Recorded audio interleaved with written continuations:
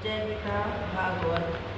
जिस पर श्री मुरली मनोहर अपने चतुर्भुजी स्वरूप को धारण किए लक्ष्मी जी सहित विराजमान है, उनके चारों ओर 5-10 खड़े हुए हैं। कहीं अप्सराएं नृत्य कर रही हैं, गंधर्व गीत गा रहे हैं तथा 33 करोड़ देवता उनके सम्मुख खड़े हुए हाथ जोड़कर स्तुति कर रहे हैं कि ये परीक्षित इस आनंद को देखकर जब ब्रजवासियों ने अपने प्रिय श्री श्याम सुंदर के निकट जाने की इच्छा प्रकट की, तब किसी ने जाने नहीं दिया। तब वे विचार करने लगे कि जो मुरली मनोहर हम लोगों के बीच दिन रात उठते बैठते हैं, यहाँ उनके पास तक हमें कोई नहीं जाने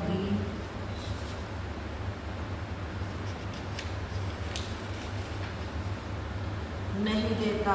इस वैकुंठ से तो वृंदावन ही अच्छा है। हे परीक्षित, उसी समय उनकी नींद खुल गई और सवेरा हो गया। तब सब ब्रजवासी श्री कृष्णचंद्र जी के समीप आ हाथ जोड़कर स्तुति करते हुए कहने लगे कि हे प्रभु, आपके महिमा अपरंपार है। आज हमें यह अच्छी तरह ज्ञान हो गया है कि आप पूर्ण ब्रह्मा है तथा पृथ्वी का भार उतारने के लिए आपने इस स्वरूप में जन्म लिया है। ब्रजवासियों के मुख से ऐसे वचन सुनकर श्री कृष्ण जी ने अपने ऊपर अपनी ऐसी माया फैला दी कि जिसके कारण वे इस ज्ञान को भूल गए। श्री सुखदेव जी ने कहा कि हे परीक्षित, श्री मुरली मनोहर ने कामदेव का गर्व नष्ट करने के लिए जिस प्रकार गोपियों के साथ रासलीला की थी, वह तुमसे कहते हैं कि ध्यानपूर्वक सुनो। चीरहरण के समय जब श्री श्याम सुंदर ने गोपियों से यह कहा था कि हम शरद पूर्णिमा को तुम्हारे साथ रासलीला करेंगे, उसी दिन से सब गोपियाँ परमेश्वर पर इस प्रकार कहती थी कि कब असवनी का महीना आए और कब हम अपने प्राण प्यारे के साथ रासलीला करके अपना जन्म सफल बनाए। अस्तु वर्षा ऋतु व्यतीत होने के पश्चात जब शरद ऋतु आई, उस समय श्री बांके बिहारी ने अपने मन में यह निश्चय किया कि हमें गोपियों को दिए गए वचन का पालन करना चाहिए। ऐसा विचार कर वे शरद पूर्णिमा को 3 घड़ी रात बीतने पर मुकुट तथा रतन जड़ित आभूषण पहने पीताम्बर काछे मनमोहन स्वरूप बनाए घर से निकलकर वन में जा पहुँचे। वहाँ उन्होंने यह देखा कि चंद्रमा अपनी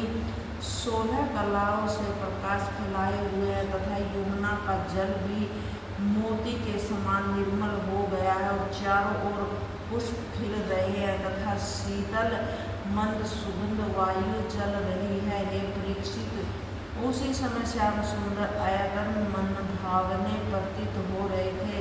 तदुपरांत श्री श्याम जी के एक ऊंचे वृक्ष पर बैठकर योग माया से संयुक्त मुरली प्रेम पूर्वक बजाया तथा उसी के सौरभ में राधा आदि गोपियों का नाम लेकर उन्हें अपने पास आने का एहसास किया। उस समय श्री बांके बिहारी ने ऐसी माया की कि जिन गोपियों ने उन्हें अपना पति बनाने की अभिलाषा से वर्त किया था, केवल उन्हीं को मुरली की ध्वनि सुनाई पड़ी है। राजन, श्री श्याम सुंदर ने अपने मुरली में मन को हर लेने वाला ऐसा राग बजाया कि उसे सुनते ही राधा रानी आदि 16 सहस्त्र ब्रजवालाएं मुग्ध हो मनमोहन से मिलने के लिए उल्टा सीधा श्रृंगार करके वन की ओर दौड़ चली। हे राजन, उसी समय जो गोपी दूध दूध रही थी,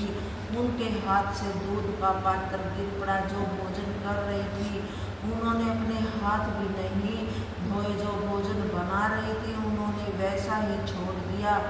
जो सुरमा अथवा काजल लगा रही थी, वे दूसरी आँख में बिना लगाए ही चल पड़ी। जब घबराहट में किसी ने एक दूसरी से यह भी नहीं पूछा कि तू कहाँ जा रही है, शीघ्रता से उन्होंने हाथ के आभूषण पाँव में तथा कंठ के आभूषण भुजाओं पर बांध लिए, लहंगे के सतान पर चादर पहन ली तथा साड़ी ओढ़ ली, हाथों में चोली उठाए हुए वे वन की ओर दौड़ चली। जब घर वालों ने रोकना चाहा तो किसी ने भी उनका कहना नहीं माना। जो गोपियाँ अपने पति के साथ थी, जब वह उठकर चलने को हुई तो उनके पतियों ने उन्हें रोक लिया। उसी समय वे श्याम सुंदर के ध्यान में अपने शरीर को वहीं त्याग कर सब गोपियों से पहले श्याम सुंदर के पास जा पहुंची।